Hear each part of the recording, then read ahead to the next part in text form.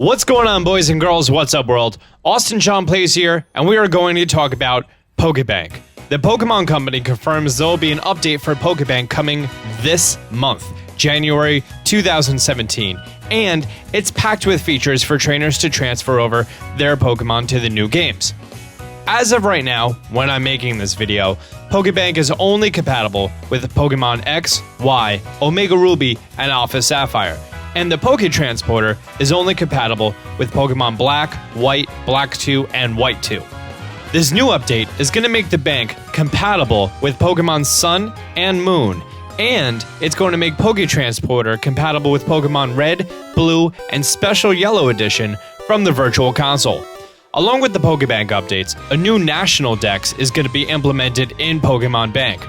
The application will read your save data from the games you connected with, X, Y, Omega Ruby, Alpha Sapphire, Sun, and Moon only, collecting the information about the Pokemon you caught.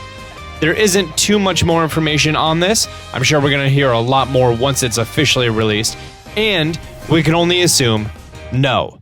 I don't want to use the word assume because when you do, you make an ass out of you and me. We can only hope that we'll finally get a national dex in Sun and Moon. But all this does come with a few drawbacks. We've already seen that any Pokemon that is brought through Pokébank through the Poké Transporter cannot be brought back to the game that they came from. This basically meant that all the Pokemon brought from Generation 5 into 6 would not be able to go back. So, any Pokemon put in a Pokébank between X, Y, Omega Ruby, and Alpha Sapphire were freely transferable back and forth across all of these Generation 6 games. But now, once a Pokemon is transferred to Sun and Moon from the previous generations, you cannot transfer it back. You can't go back to X, Y, Omega Ruby, Alpha Sapphire, none of that. So, any Pokemon transferred from generations now 1, 5, and 6 into 7 cannot go back to 5. Why is this a big deal? Well, there's so many things that are currently not available in Generation 7. For starters, in Pokemon Sun and Moon, not all the Mega Stones are in the game. Out of the 47 Mega Stones, only 16 are available for purchase at the Battle Tree. And with Pokébank, items are non-transferable, so you can't bring them over from X, Y, Omega Ruby, Alpha Sapphire in the first place. Pokemon that are transferred to, or are natively from, Generation 7 are able to be swapped freely between Sun, Moon, and Bank. Now, there's a Don fan in the room that we're not talking about. Get it? Because Don fan is like an elephant, I think, kind of. Bad joke. Moving on.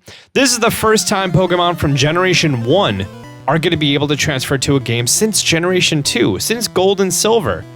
Also, Pokemon in Generation 1 only had 4 stats, 4 IVs, calculated. Attack, defense, speed, and special. HP wasn't even its own IV. It was determined from the other 4. And the IVs only range from 0 to 15. In Generation 3, the IV system was completely overhauled, where it remains relevant now. IVs range from 0 to 31 rather than up to 15, and HP and Special Defense get their own independent IVs, and Special Defense is a thing. Back when Alakazam and Slowpoke and Mewtwo ruled the world, things have changed a lot. So, what happens to my Charizard from Red? Will its additional 2 IVs just be generated off of some basic algorithm of a hexadecimal system that it already has? What about its chance of being shiny? Shiny didn't exist in Generation 1. What's its nature going to be? Is it going to be severely underpowered compared to everything else in the new game? Or is it just going to be randomly generated? All these questions remain a mystery until Pokébank is released this month. So, will you need to transfer these Pokemon back to X, Y, and Oris? Red, blue, and yellow? Probably not. Good thing, because you can't. But still, there's lots of things that we need answers to. Also, when Pokébank first came out, there was an incentive. Anyone who used Bank before September 30th, 2014 got a free Celebi. Is it possible Nintendo will do something similar to that for the update of Sun and Moon, since it's going to be a whole new updated Pokébank? They need to pay the engineers who did all the coding, and they need to get all those funds in. By the way, Pokébank is an annual subscription fee. It's only, I think, $5 a year. It's a fantastic thing. What are your thoughts on this?